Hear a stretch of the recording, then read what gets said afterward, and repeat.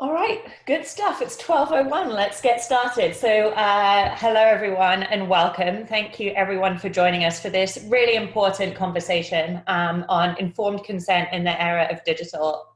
I'm thrilled to welcome Meg Durr from Sage Bionetworks as our expert this lunchtime or this morning, depending on whether you're joining us with a sandwich or coffee. This is a topic that internally within our DiMe membership we talk about very frequently, and also something I see a lot of consternation around out in the field. So Meg, I'm really delighted to welcome you. And rather than me give you short shrift as an introduction, tell us a little bit about yourself before we dive in. Thanks, Jen. It's such a pleasure to be here. So I am a principal scientist at Sage Bionetworks, where I focus on data governance, so the whole data lifecycle from data collection to its use and secondary distribution. And I am also a clinical genetic counselor. I practiced at the Cleveland Clinic for 10 years before coming out to Seattle. Before that, I was a middle school and high school teacher for 10 years, and before that, I was a botanist. So this is one stop in a long and winding road. With that said, having been a middle school and high school teacher, there's literally nothing you can do, especially online, to prevent me from continuing with my slides. So please don't hesitate to ask questions or interrupt me. It really will not disturb me at all, and I would love to have conversation if anyone on the line has questions or has comments as I travel through these slides. Perfect. So just a quick housekeeping note on that. Thanks, Meg. Most folks are muted on it, and not most. I think everyone is muted on entry. So either unmute yourself if you have a question, or feel free to use the chat box if that's easier. We'll also have a good discussion period at the end. With that, Meg, over to you. Thank you. Thanks so much. So just a brief overview about what I'm going to talk about today. I'm going to tell you my disclosures and give some background information. We're going to talk about what consent is, and we're going to give a couple of examples from real life, and then end with a whole slew of resources that you'll be able to use to help you as you work with digital tools and research. So right into disclosures and background. These are my disclosures. Most importantly, I'm a member of DiMe, so you should be too. It's a wonderful organization. I work for Sage Bionetworks, which is a nonprofit open science organization. One of the things that's most important to know about it is that it really focuses on open and collaborative science. It's a nonprofit. And so all of the work that I'm sharing with you today is in the open domain, and you are welcome to use, modify, riff on it in any way you'd like to. I work with lots of amazing people at Sage Bionetworks, including data scientists, technologists, and data governance experts. Especially, I want to thank the people who are highlighted in boxes of green here, starting in the top left, Allie, over to the top, or sorry, top left to the top right is Christine, and then clockwise down is John, Sarah, Vanessa, and Tori, who are all on my team here at Sage, working with me on data governance, and who helped me put together this tool that we're going to be talking about today, the Sage Bionetworks Elements of Informed Consent. And there's a link to it here. I'm sure that these slides will be made available to you, and I encourage you to download and use this open free resource about informed consent. So let's dig into it. So what is consent? In the era of Me Too, you should really know what this is, just because it's a good idea. I love that Planned Parenthood made this easy way to remember it: freely given, reversible, informed, enthusiastic, and specific. So they use FRIES as the way to remember what consent is. When we talk about consent for research, we don't really worry about enthusiastic, but everything else we do worry about. So informed consent is a process, not a thing, so it's an ongoing dialogue. It needs to be specific, informed, voluntary, and reversible, just like Planned Parenthood points out. It's described in a number of different texts, including the Nuremberg Code, the Declaration of Helsinki, and the Belmont Report, which is a report here in the United States about research ethics. And all of these documents really arose from gross missteps in research historically. So because we've done bad things in the past, we know that we need to do better. And it then became codified in law. The US Federal Code of Regulations, the Common Rule really sets out the requirements for informed consent. What's important to note is that much research that's happening in the digital space right now falls into the category of unregulated research, meaning that it's not necessarily covered specifically by the Common Rule, because the Common Rule only applies to research that is federally funded. And so if you're receiving any federal funding at all, then you have to follow all of these regulations. And if you're not, you don't. That said, good practice is good practice. You don't want to end up being like this guy, right? You never want to be the person sitting in front of Congress being called to task for you having done things that might seem ethically egregious. So what about informed consent for research?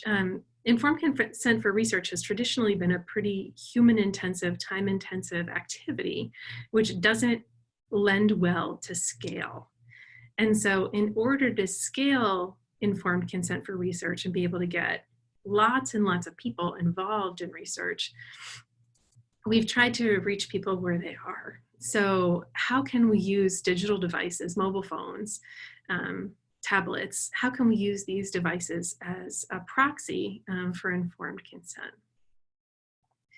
This has led us to developing an electronic consent. So eConsent is one piece of an online consent process.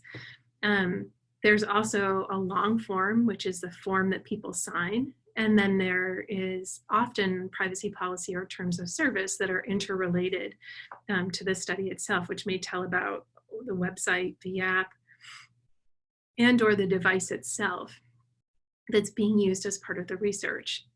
It's really important to note that terms of service and privacy policies are beginning to be more carefully scrutinized as they relate to research. And so research reviewers like IRBs, like ethics boards, are starting to request terms of service and privacy policies as part of the submission process so that people, so that the review board can understand how the informed consent and the terms of service and privacy policy match or don't match with one another. Just an important thing to note. So let's dig a little bit more into what the eConsent is.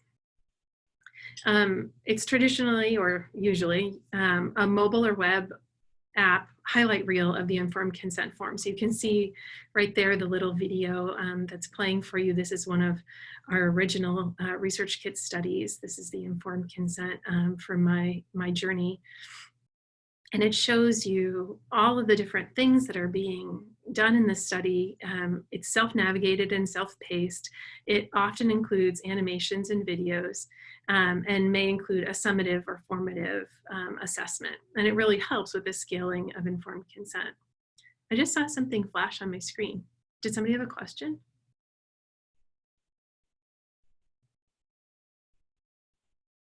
No? Okay.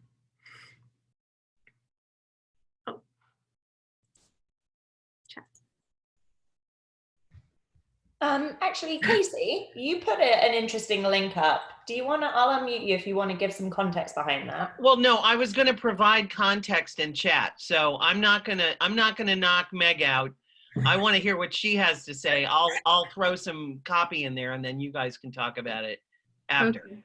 Casey, it's nice to hear your voice. Thanks for participating. Great to see you. Yeah, yeah. All right, so eConsent, it's like this highlight reel, and it helps scale informed consent because people can do it wherever they are. They can navigate the informed consent from home or in a waiting room, and then they can use the actual human being to ask questions about what they're actually learning on this informed consent. we at Sage developed this structure for an eConsent screen, and we actually wrote a paper about why everything's structured the way it is. Suffice it to say, we did a whole bunch of research, and what we found is that people don't read. And they especially don't read when they're reading on screens. And so what we were trying to do was slow people down and make the information as digestible as possible. So one of the ways that we slow people down is by using these little images, these icons.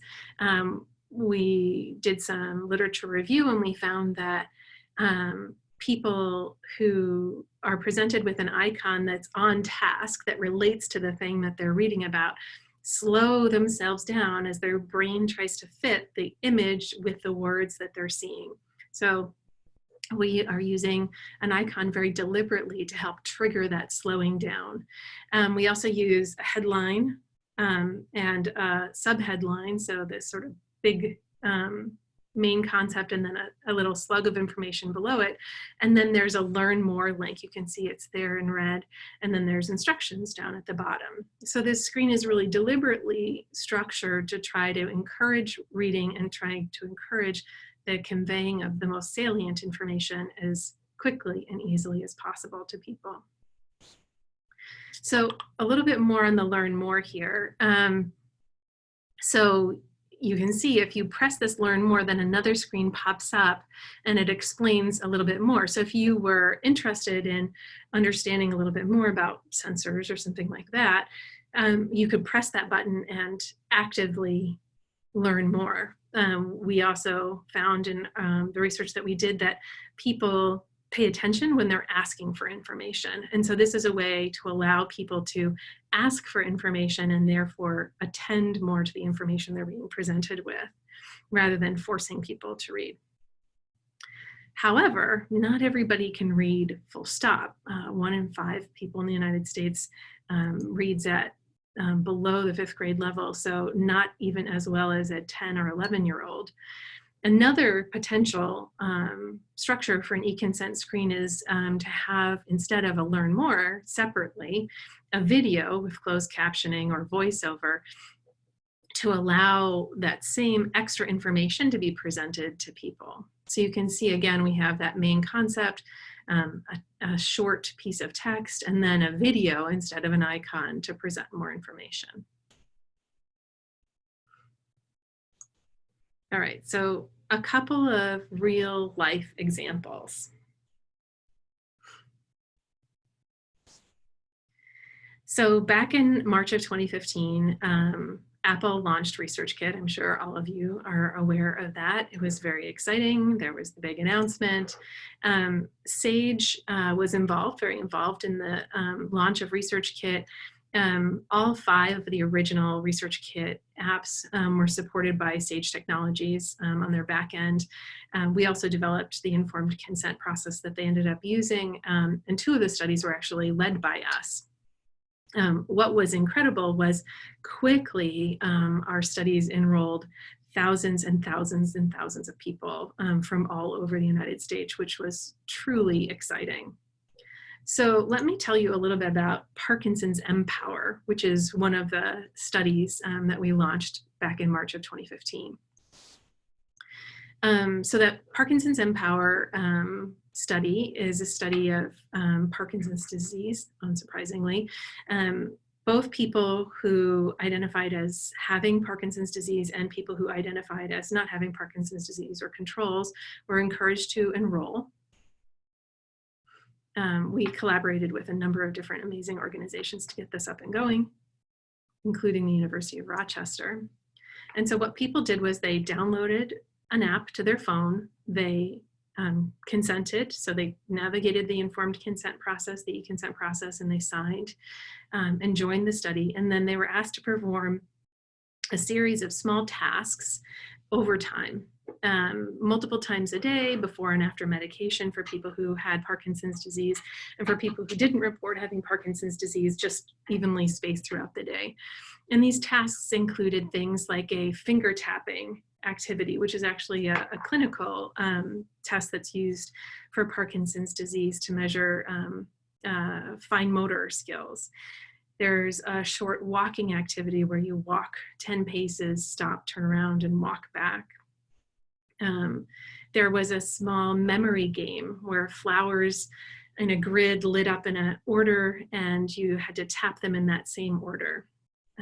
So very small activities, and then done frequently over time. And through this, we were hoping to get oodles of data, which we did. We got hundreds and hundreds of thousands of data points to be able to differentiate perhaps some of the signs and symptoms that were not very well understood, and also to look at the interaction of medication with those symptoms, because some people respond really well to some medications and some people don't respond really well to medications, and scientists and clinicians don't understand why. So this is what we were hoping to do. While we were doing this, we also had an open response box where people could type in observations or thoughts that they had, and let us know about how it was going while they were doing the study. And so I'm going to share some of that qualitative data with you. In total, we got probably about 12,000 open responses, and about 7,500 of them were really substantive. So here's one of the suggestions. So someone typed in, one suggestion is an incentive program. Incorporate tangible goals and visual rewards either through points or badges. So although this is a research study, this participant was saying, hey, I'm on my phone. I like to play Candy Crush. I would like it to be a lot more like that. Here's another one. Parkinson's disease, one of the symptoms of Parkinson's disease can be lethargy and apathy. And so this person was suggesting that people work as teams, and that might be motivating to help people participate more in this study. This person said it straight up, make everything a game, make it fun and interactive, but he was, or she, this person was saying that games make it something that you want to come back to day in and day out. Now, you can imagine that while our tech team was developing the Parkinson's Empower app, we had a lot of internal discussion about whether we should gamify it. And when we saw this qualitative data coming in, all of my technology partners were like, see, we told you so. You know, you ethics lady had so many problems with this. Really, people want things to be fun and engaging. We also saw data like this, though. The memory question gets very hard very quickly, and it's hard on the ego. I just feel like that if I forget to complete the study activities, it's going to make me feel even worse that I have Parkinson's disease. And I'm going to quit this program. I don't like going through all these symptoms that I don't have yet. I don't want to think about what may be coming. And those are very sobering data. In the informed consent process, here's what we told people. We said participating in this study could generate a wide range of emotions. And if people click the learn more, they might find out that you might feel tired, sad, energized, or happy. It may involve risks that are unknown at this time. And so I present this to you really as a point for your consideration. I don't know what the answer is here. Was this sufficient warning to participants for all of the feelings that they expressed? There were people who wanted it to be more like a game, and there were other people who were saying, no, this is my real life, and this is really heavy stuff. And participating in a study which reminds me of my disease multiple times a day really weighs me down. And I don't know that making it a game would make it any better. So it's important when we're designing research studies, when we're working with technologies, to remember, even though people habitually interact with a device in a certain way, overlaying a research study, a human subjects research study on it, can really change our emotional response and our emotional needs as we interact with that device. And we published all of these data and more in a study that I'll give you the reference to in case you'd like to read more of the data. But it's interesting stuff. People really did give us a lot of important feedback. Some of the funniest feedback that we got, though, was observations about the impact of coffee and alcohol on the ability to tap and remember things. You can imagine the direct and inverse correlations there. All right, so transitioning onto our next study, the All of Us research study. And I know how many of you are familiar with All of Us. It launched in 2016 with some pretty high expectations. You can see there some of the national headlines from NPR, the Wall Street Journal, and the New York Times, including overcoming the legacy of the Tuskegee study and Henrietta Lacks, two of the most recent and most notable ethical lapses in our research history. So needless to say, it made the informed consent development for the All of Us research program pretty fraught.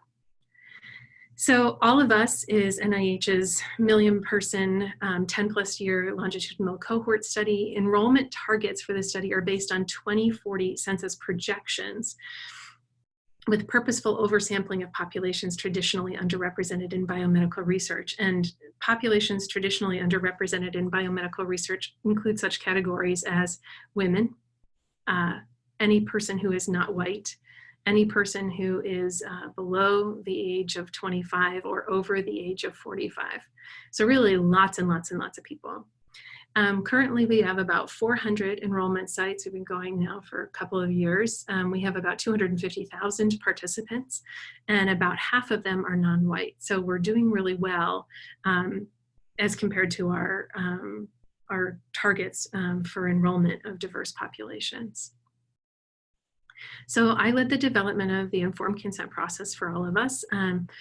We wrote the eConsent at the 5th grade reading level, again, because 1 in 5 Americans reads at or below the 5th grade reading level. So we were really trying to make it as accessible as possible.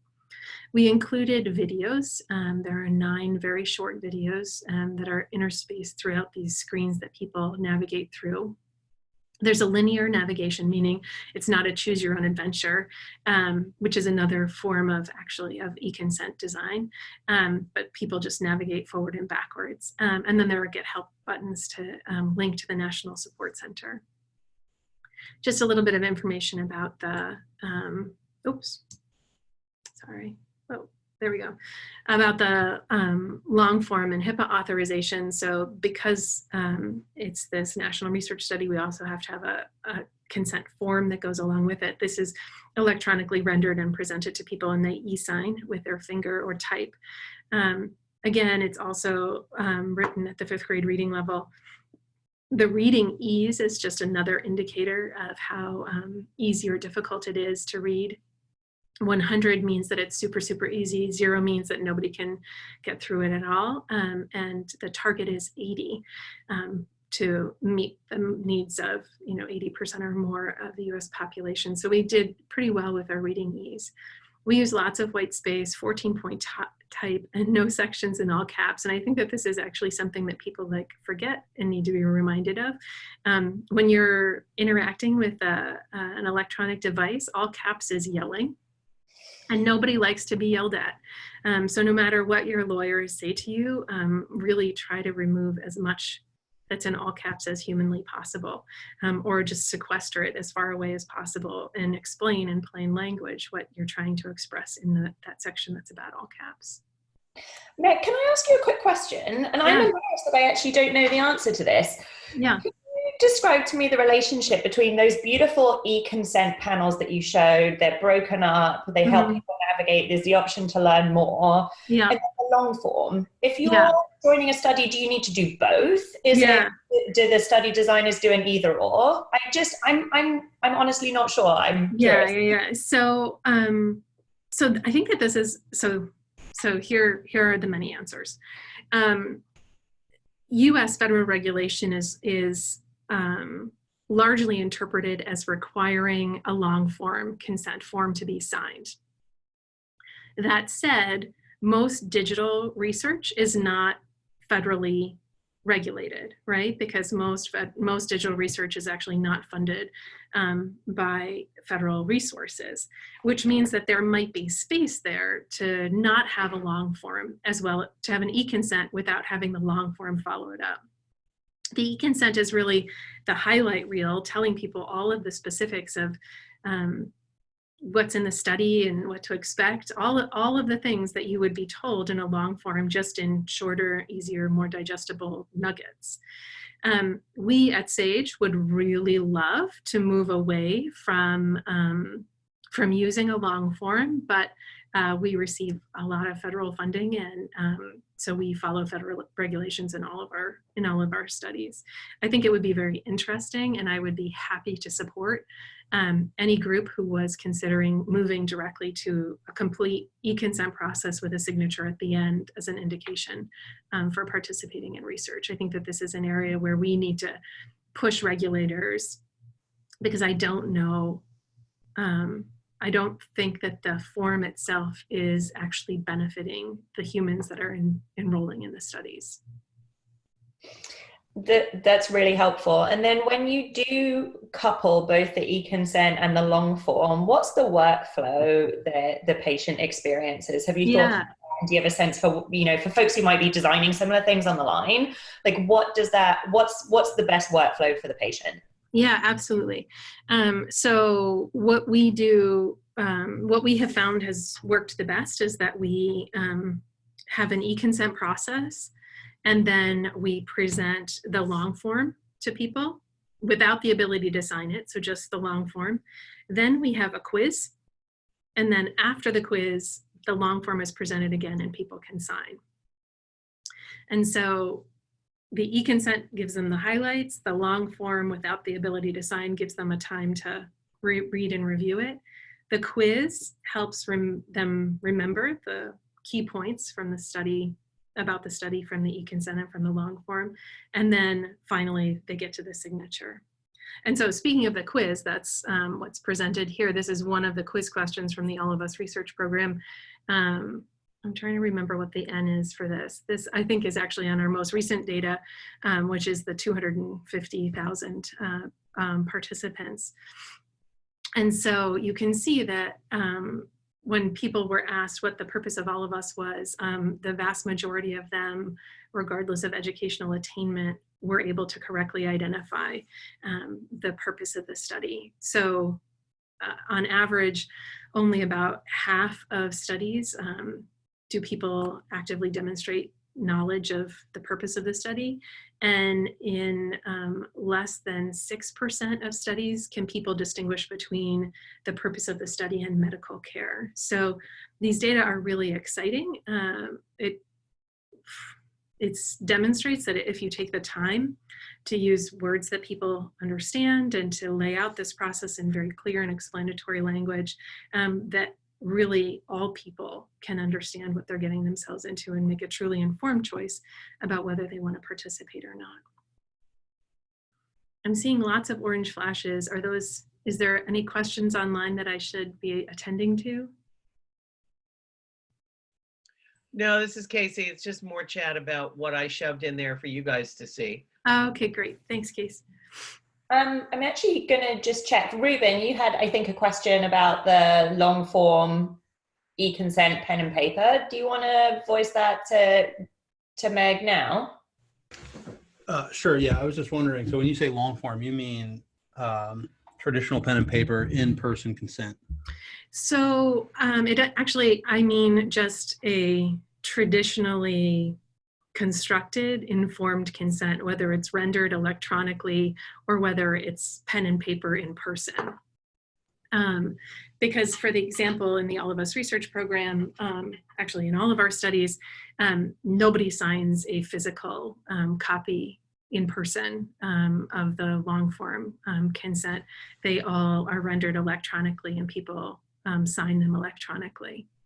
Right, so if I have, and that's allowed through federal funding, so yeah, I guess I'm confused by the eConsent. So if I send out some sort of one of these e-signature things and with a little video and a place for them to sign digitally, is that okay for federal funding or not? So for federal funding, you need to have something that could be rendered as a physical form with this signature appended to it.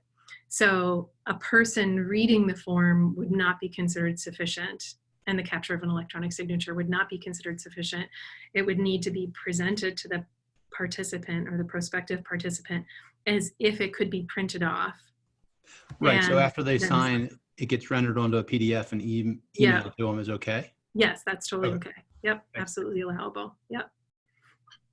Yeah, there have been actually a number of people who have wondered about that, but given that the All of Us research program is the largest federally funded research study in history here in the United States, and we use an electronic signature process, I think we're good. That's right, leading the way. I love it. Yeah. Thanks, Ruben. So anyway, to talk a little bit more about this quiz thing.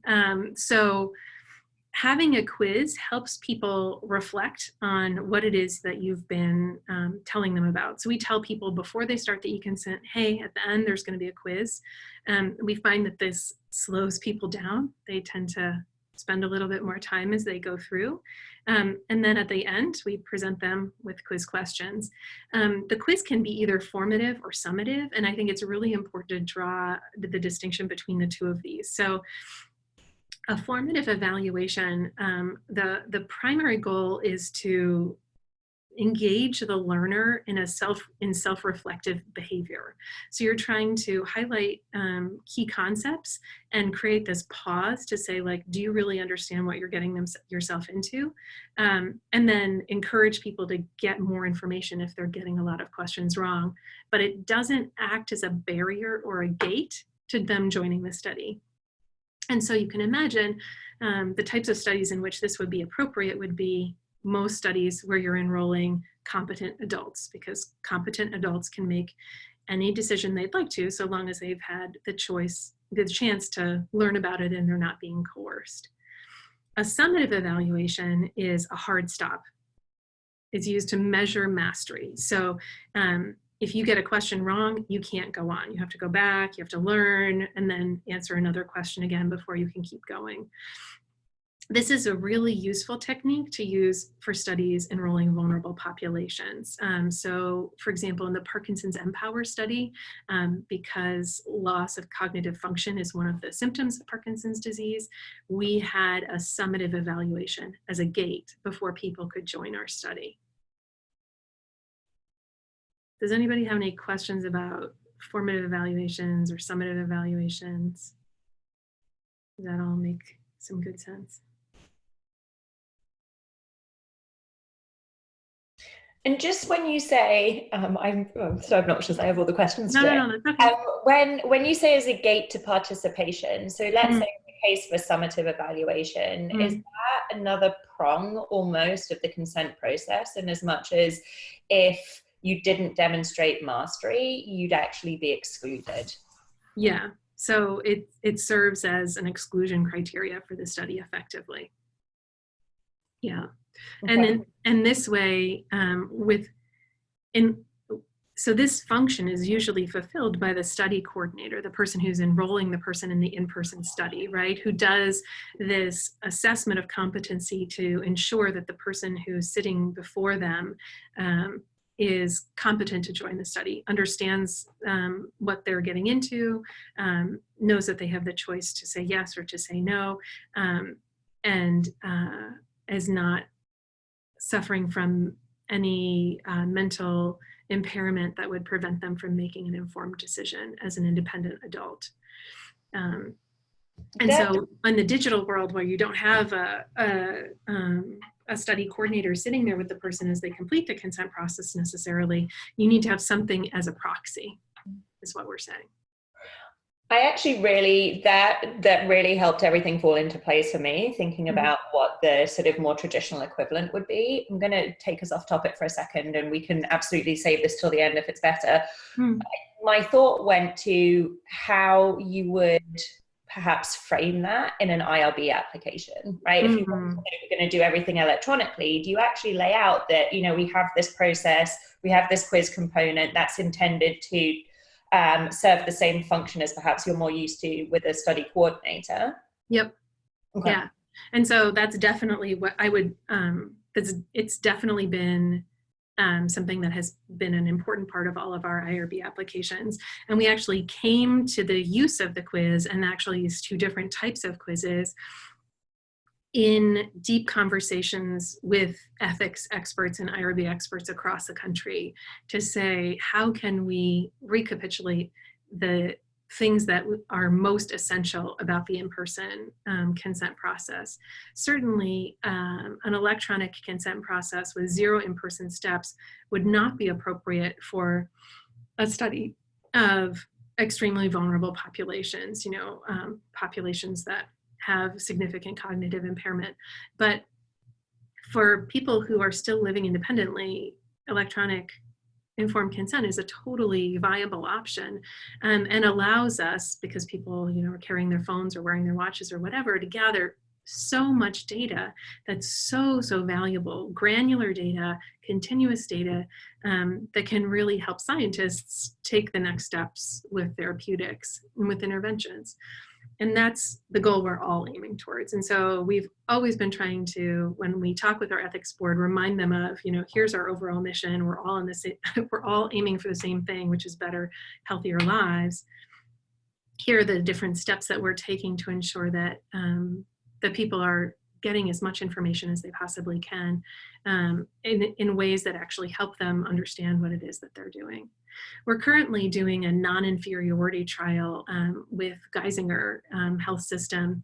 We created an electronic consent and eConsent process for their MyCode study, and we're doing a side-by-side RTC randomized controlled trial comparing in-person informed consent and eConsent, to see if there are differences in participant satisfaction, informativeness, retention of information, and so on and so forth. So as soon as those data are available, I'll be sure to let everybody know. Fantastic. Thanks, Meg. Yeah, absolutely. All right, so speaking of resources, this is it. These are the resources available that we have. Obviously, we have the elements of informed consent. It is a long but easy to use document. It has pages like this, like how to actually do a readability analysis and resources for making things more readable, including this beautiful census tract map that you can show to your IRB to say, this is how we estimated the, reading ability of the people in our area. This primer on readability that I wrote is a very, very step-by-step process that will help you walk from something like this, which is written at the 12th grade reading level, to something like this that's written at the 5th grade reading level that still contains the same information.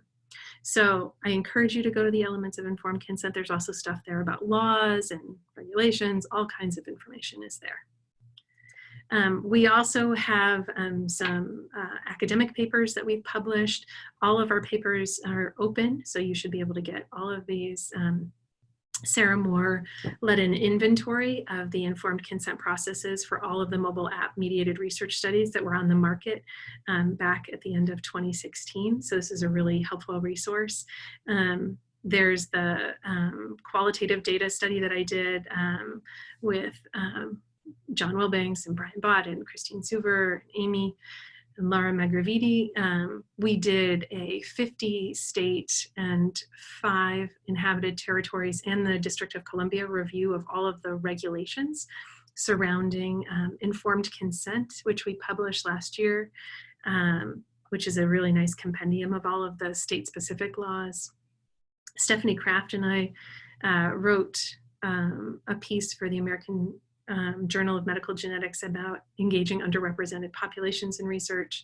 And then this SSRN paper is our original paper that explains all of the research that we did to come up with the structure of the original eConsent screens. So I'm sure that Jen, you're going to make these slides available to people. They should feel free to, use these resources. And with that, yes, I want to. Yeah, that's great. I want to thank all of my colleagues again, especially my colleagues on the governance team. So any questions that I can answer or any thoughts that people have? Hi, this is Sandeep Giri. Thank you for the presentation. The one question I have, as you were showing, like how, in order to make the reading easier, obviously you're changing the language. My understanding is like, are there any legal ramifications of that? Because my understanding is the consent also has some legal requirements as to how it needs to be worded, etc. Is that not the case, or No. So the federal regulations specify certain topics which need to be addressed, but there are no requirements with regards to language. Although there is a tremendous amount of institutional convention, which is nonsense, total shenanigans. So a lot of people work at institutions and the institution says, well, you have to use this language. There's actually no law that requires you to use that language. And it's been proven over and over and over again that those inserts into informed consent actually deter and detract from the understanding, deter people from continuing to read, and detract from their overall understanding of the purpose of the study and all of the other essential things that are laid out in the federal requirements. So when I was developing the informed consent for the All of Us research project, I had to do a lot of hand-to-hand combat with the 400 institutions across the country who were involved, who each said, oh, well, our lawyers tell us we have to have this language in. The thing about informed consent is that it is not a legal document, it is not a contract. It is the specific purpose of informed consent is to inform participants about a research study so that they can make a decision about whether they would like to participate or not. And so if you go back to the federal regulations and read them very carefully, if you go back to the documents that preceded the federal regulations, like the Belmont report specifically, they really lay out in tremendous detail why it is we're doing informed consent and what the overall purpose is, and reminding ethics boards of the fundamental purpose of informed consent, I have found has been very effective in helping them step away from the lawyerly language, step away from the all caps sections, and refocus their attention on the purpose of informed consent, which is to inform. Thank you. Just to follow up to that, so just if I understand correctly, so I do a lot of work with UCSF here in San Francisco, helping in digital health projects. So yeah, as you can imagine, so in terms of dealing with the different governance committees and even IRB, so that, I mean, is the Belmont report, or are there specific documents or maybe references that you find more effective to, kind of, as opposed to just being, this is something like it's your opinion or your experience, versus pointing out that previous studies or papers that are specifically asking to make informed consent more informed to the patient? Yeah, so this paper of the 50-state review right here, this one, for the All of Us research program lays out all of the state-specific regulations. So the two things that are your friends are the federal regulations, so the common rule, and then 28 CFR 46, which is the actual requirements that get spelled out, and then this state-specific review of the laws. Those two legal resources have been very, very powerful in getting different institutions, legal teams to back down. Because unless you can point to it in the regulation, the All of Us research program has not incorporated it into its informed consent process. And frankly, if all of us can do this, then I think any study in the United States can follow this same pattern of really making things as accessible as possible. Awesome, thank you. And just to follow up on that, in the writing of the consent language, do you see more, I guess, effectiveness with writing a more generic sort of form that could be used in multiple research projects versus, tailoring the content to specific research projects? Yeah, it needs to be tailored. I mean, if you go back all the way to the beginning, to the Fries thing that I presented about informed consent for from Planned Parenthood, which is like informed consent for sex, like it really matters who your partner is, right? You're not going to have a generic yes to all activity. And so informed consent for research is exactly the same. It needs to be very specific. It needs to be specific to the thing you're asking people to do. Great, thank you. Yep. Ruben, I saw you typed a question in about using eConsent with minors and working with their guardians. Do you want to give voice to that quickly? Yeah, it's just the scenario that I'm in now. So I have a study that I need, I have an IRB that requires that we're doing research on younger athletes in high school. So a lot of them are minors. So yeah, and we're trying to work across the U.S. So that's challenging. Yeah. So there's been a lot of, there are actually several studies that use eConsent for minors. A couple of them that I've seen that are really, really good. There was one from Yale where they actually used an avatar to animate and talk young kids, little kids, through an assent process. We've also seen an eConsent process via the screen where the parent starts the consent process, and then there's a point where it says, okay, hand your phone to your child. And then the kid navigates through to a certain point through the assent process and then hands the phone back to their parent. And then there's a co-signature. So I think IRB's willingness to greenlight that is really dependent upon the data that are the nature of the data that are being collected from the child and from the parent. We haven't, at the All of Us research program, crossed that bridge yet, nor has SAGE itself initiated any studies with vulnerable populations like children. But you might be required to have an in-person step, I'm not sure. Where are you with that? I'm just interested to know. Yeah, so we basically use one of these e-signatures. We use HelloSign, so we've had good luck with that because you can have multiple signatures and emails on there. Yeah. And we basically just do the handoff thing. So the parents have to sign, and then the minors get it or the guardians sign, and then the minors get it for the assent. So the one question. And do you have different forms or different like highlight reels that go in advance of that signature process? No, I have like a YouTube video that sort of explains it in plain language of the consent form. Yeah. And my RRB people have been okay with that. Yeah. Yeah, it's definitely an evolving area. So it's just interesting to see what's out in practice. In the review, Sarah Moore's review, the top resource here, there are a couple of studies that enrolled children that are reviewed as part of that review. One question I had was about the you mentioned the usability and especially the toolkit that SAGE offers. Yeah. And I was sort of looking into that because I was wondering, is that an API sort of thing where I can integrate into a web page? One of the difficulties with working with the e-signature folks is there are only a few of them that have APIs, and trying to make it simple as possible for people so they're not going to multiple websites, during the process, trying to make it as usable as possible. So I was wondering if you guys have thought about that.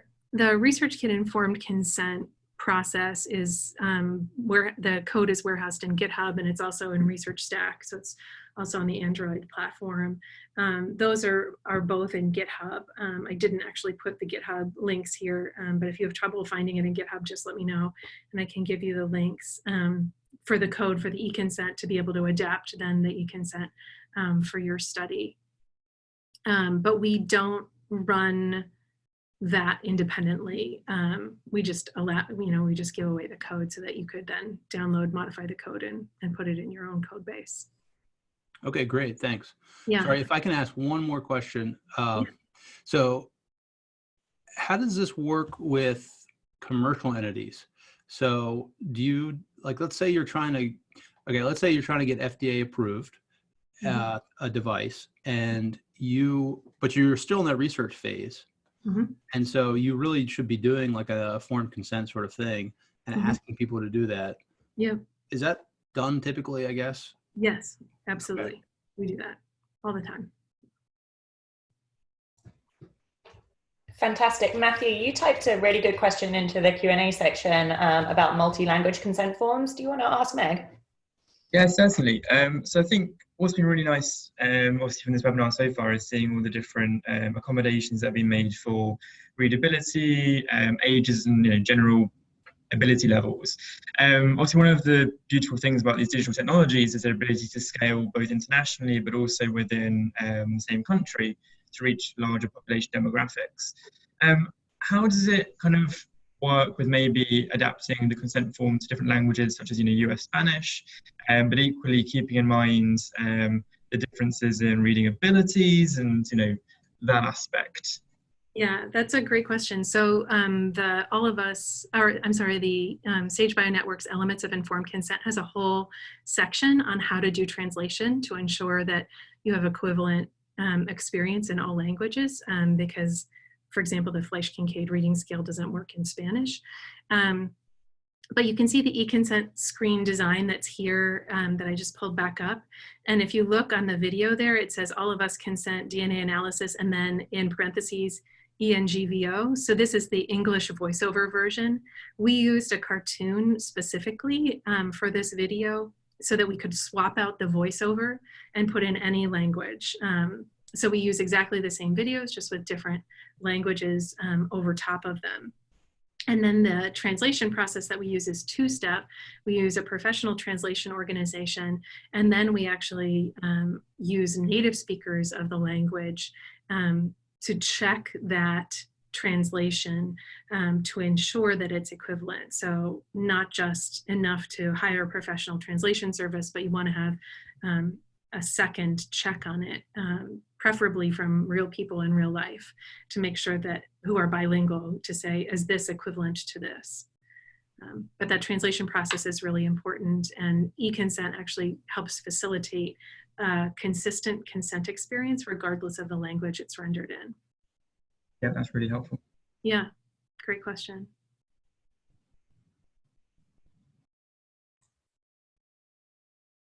Fantastic. We're moving towards the top of the hour. I want to make sure we let everyone go on time. Any other questions for Meg before we break for today?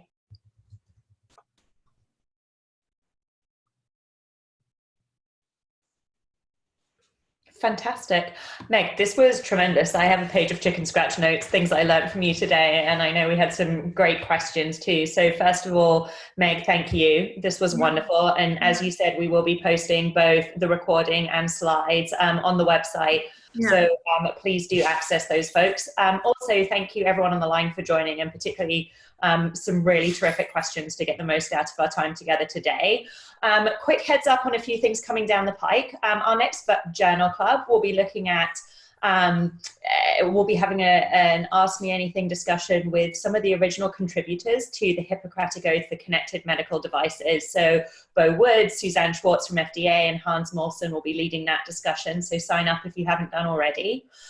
We also have another webinar coming up.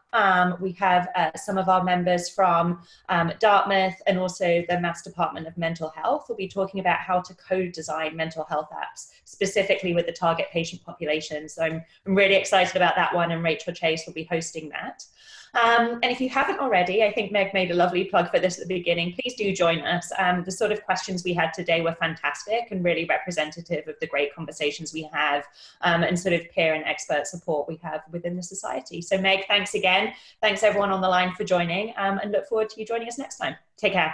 Thanks a lot. Take care.